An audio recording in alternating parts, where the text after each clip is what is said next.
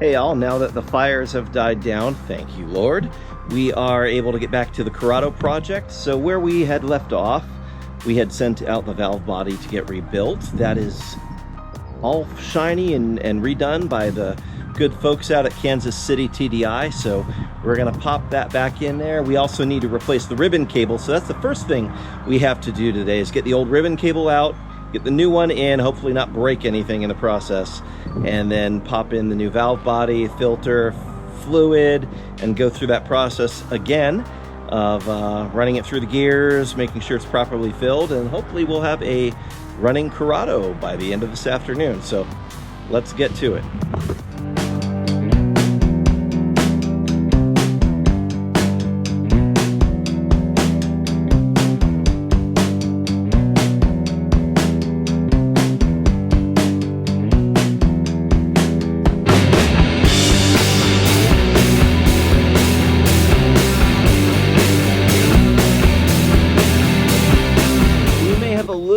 Work in store for us today than I'd planned. As I uncovered and prepared to get in here, I noticed that one of the oil cooler lines is leaking. So actually I'd noticed this a couple of weeks ago, and I went out and I had another line made, so I've got one ready to go on, but that does mean I have to take off the bumper in order to get to the oil cooler, disengage the old line, and replace it. So I had thought a rodent might have chewed through it. It may be that, or it may just be that the rubber is perished and it started to leak. So either way, I've got a new braided oil line. We'll have to do that also before we get this car back on the road. So we got that hopefully won't take too long. And then we will drop that pan from the automatic transmission, do the valve body, and deal with all that. Well, this is the good proof that if you leave a project alone long enough, you forget about all the things that were halfway done. So I had taken out the gauge cluster because one of our friends reprogrammed it for me so that I could run the 160-mile-an-hour gauge cluster. And I need to put that back in place also. That only takes a few minutes, but that is yet again another project. One other project that I'm not gonna do today, but very soon, is these lovely Recaro seats do not have the heater elements inside them, but this is a cold weather package car, and the original seats did have heated leather. So when I put in my Recaros, I did not have the heater elements. I now have the factory heater elements that'll work with all the factory wiring. So after I drive the car a little bit, I will pull these seats out, take it to an upholstery shop, because I do not trust myself with the little hog rings and all those things underneath. I'm gonna have a professional install the seat heater elements, and we will have heated Recaro wonderfulness in the car. All right, so let's get to, oh yeah, there's some other stuff. Just remembering, underneath here there is a little little widget that houses the light for the shifter indicator, and that had broken. Now I found some, they're not available new, but I found some in the junkyard, so I'm gonna put one of those on and get that functional as well. So we got a few things that we're gonna get to today.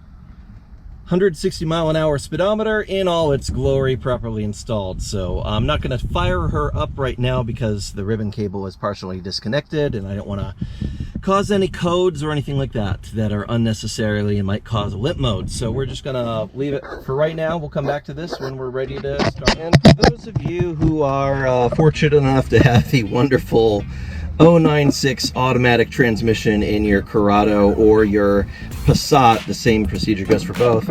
If you lift up on this, you will find that there is this wonderful little thing in here that is actually missing on mine because it's totally broken, but there's a bulb that will give you your shifter indicator. There's supposed to be a little channel, little plastic channel here that lights up, and mine is broken. It's disappeared, so I'm gonna go ahead and replace that now.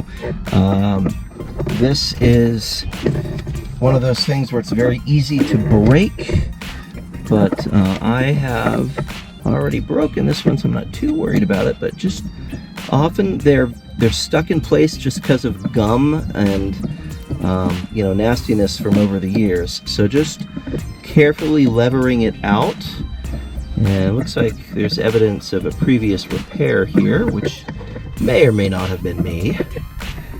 And squeeze a couple of these little connector things here that releases it, and I'm gonna go grab its replacement. And I probably will put just a little bit of adhesive to hold it in place because they are notorious for slipping out of place, and that's probably how this one got broken. Was it slipped out of place, and then as I shifted it got crunched against something else. So the bulb inside actually works. I'll hang on to that, but it's missing its little shroud, so let's go grab the shroud and replace it. Here is our replacement, which I found on a Mark 3.5 Cabriolet. Same shifter mechanism in their automatic transmission. I think it's an 097 transmission, but all the parts are close enough that they will work. So you can see that this does have some cracks in the plastic. So I'm going to use just a little bit of black RQV silicone to secure it in place, rather than depending on these plastic pieces to actually hold it where it needs to go.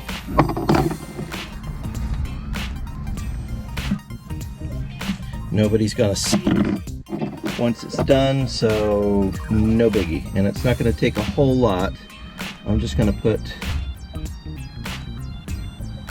a little dab right there and a little dab right there. And that should be plenty to keep it happy. And then if I have to replace it again, then it should also be enough that it's not going to fight me a terrible amount. So it just slides in here. There we go. And slides on here on the shifter mechanism. Just gentle down there. And there we go. Voila.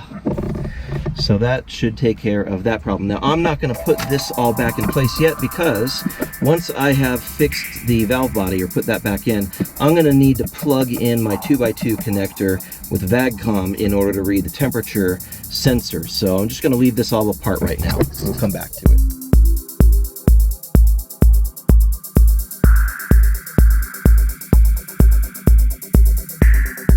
Hey there. I wanted to take just a second to mention this. I do have a Patreon page launched, and if you feel like helping out to be a supporter and a contributor to allowing me the ability to, or I should say really just freeing me up to be able to create more content for this channel, you know, I invite you to go check it out. I'm going to put a link right here. I'll put a link in the description.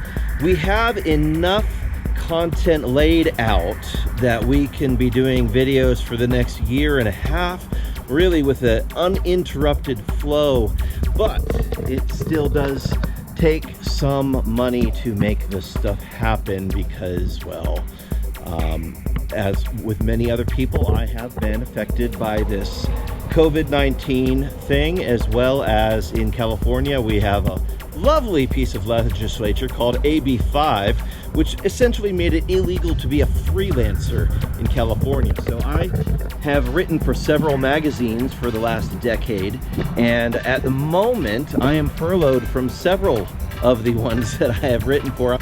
If you would consider being a sponsor on my Patreon page for the price of a fancy cup of coffee, 1 cup of coffee.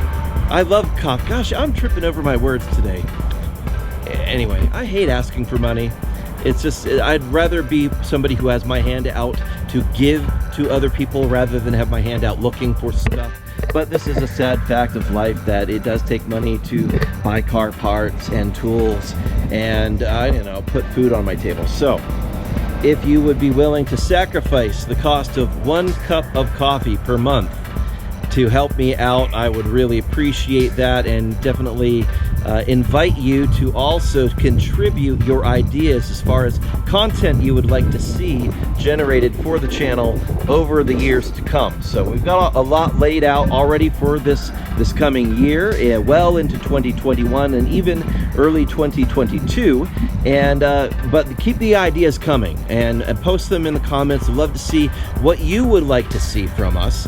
And you know, I'm gonna invite some of our higher contributor levels at Patreon to also be active contributors to the channel and be in some of these videos as we go forward. So if you've got maybe a YouTube channel yourself and you'd like to partner together and do some stuff, I'd love that. If you are a creative and you would like to be you know, someone who I can help you get your channel up and going, happy to help with that. Or maybe you just would like to be in a YouTube video, so you know, happy to make that happen too. This is easy. We can make this happen, but it's got to take just a little bit. So I mean, sorry for the commercial here. It is, you know, self-promotion is not really what I want to be about, but this is just a fact of life. So thank you, and I do want to say thank you to the Patreon sponsors I already have. So far, my most enthusiastic sponsor has asked to remain anonymous, so I can't call you out by name, but thank you. You know who you are, and I really appreciate the time that you've invested into me, as well as the financial investment as well. Really appreciate that. And I'm also going to say, if you have a business or a product that you produce that you would like to have me promote, we can work out some sort of a sponsorship. In the past, I've had sponsorships from some excellent companies, including New Speed, Axis Wheels, Toyo Tires, and got a little partnership going right now with ForgedRides.com. They're providing great discounts for our viewers and subscribers who would like to get their car immortalized into a piece of artwork that you can be proud of. Anyway, open to the ideas, and thank you for letting me take this little side journey. Let's get back to the content.